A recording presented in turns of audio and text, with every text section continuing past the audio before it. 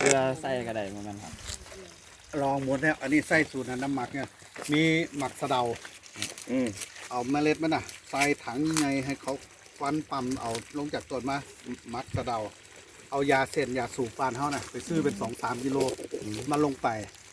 เอาทั้งเขาบอกตามพริกสดกับตามพริกสดลงไปเกลือก็เกลือลงไปหมดทุกอย่างเจ้าของเฮ็ดแบบนั้นแบบคล้ายๆว่า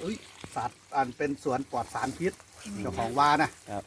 โอ้พอมันมาจะได้แท้เชิญรถพอเจ้าเห็นว่านะแมนเมื่อได้ขุดออกเนี่ย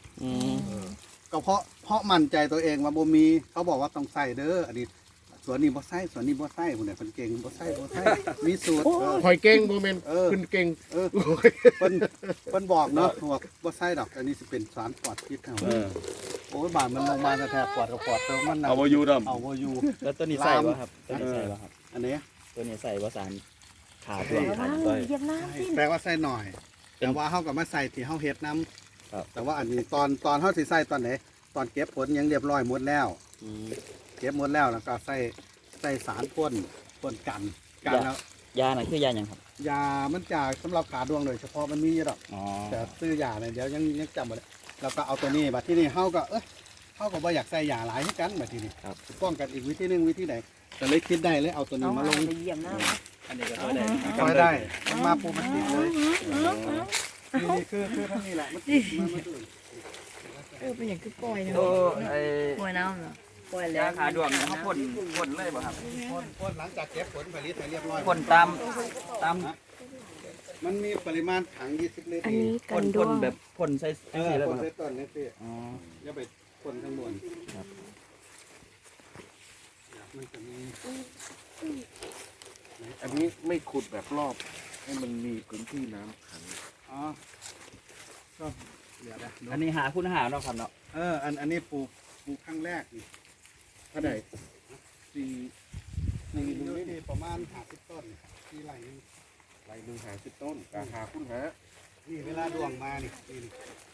สภาพของดวงมะเร็งขัดเลยต้องเจาะเอาตัวมันออกมาเวลาเข้าไปมันติดเจาะเข้าไปลึกๆแม้แต่หญ้าไม่ได้ยังก็เอายากแต่มันได้เข้าล่ะโอ้ประทันตัวเนี่ยปริมาณน้ำที่เปิดใส่ต้องได้กะบอกบ่ก็เปิดน้ำมันหลายดูที่ห้องหลายแต่เขาก็ให้เขามั่งแต่ส่วนมากอยู่นี่น้ำมันออกจากนี้เราก็ยังทรงมาได้อะไรลูกน้ำจากมันไม่ไหวน้ำใหญ่ๆน่ะมันพันอะไรเขาสูบขามมาได้เตรียมไว้หมดแล้วธรรมดาเขากับพุดเป็นวงกลมไว้ออมไว้ให้มันมีน้ำให้มันขังนะแล้วก็เอาหญ้ามาคุมแล้วค่อยลดนี้ได้ที่นี่หลังจากนั้นไปมันเป็นต้นปูเนี่ยต้นปูแดงนั่นแดงก็เลยเอาเครื่องต้นปูพุดออกเอง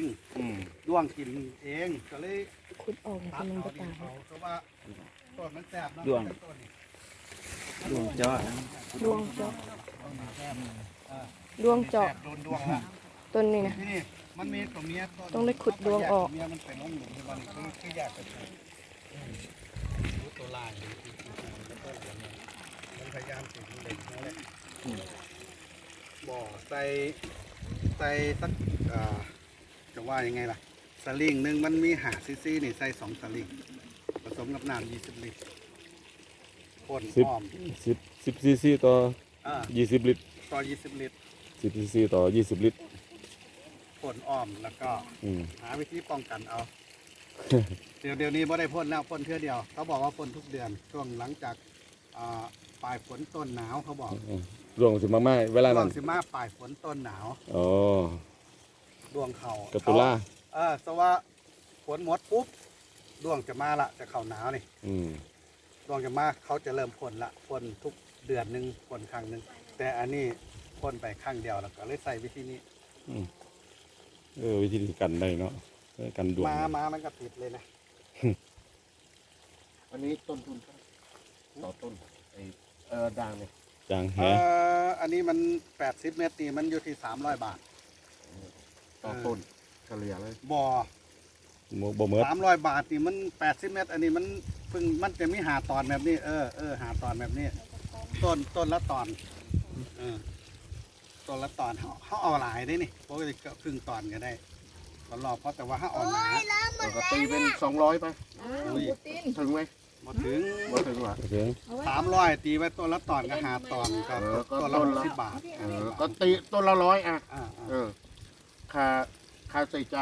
กันดวง ตัวละร้อย ข้าวต้นละ100 ค่าวัสดุค่าแรงค่าเวลา วัสดุกันดวง วัสดุกันดวงตัวละร้อยต้นทุน อันนี้มันก็หลายปีอยู่เนาะกว่าจะ อืม ขาดนะ อืมเพิ่งปีแรกเพิ่งมาลองปีแรกปีต่อไปขาดก็บ่รู้ ยังบ่ทันเราถึงมือมัน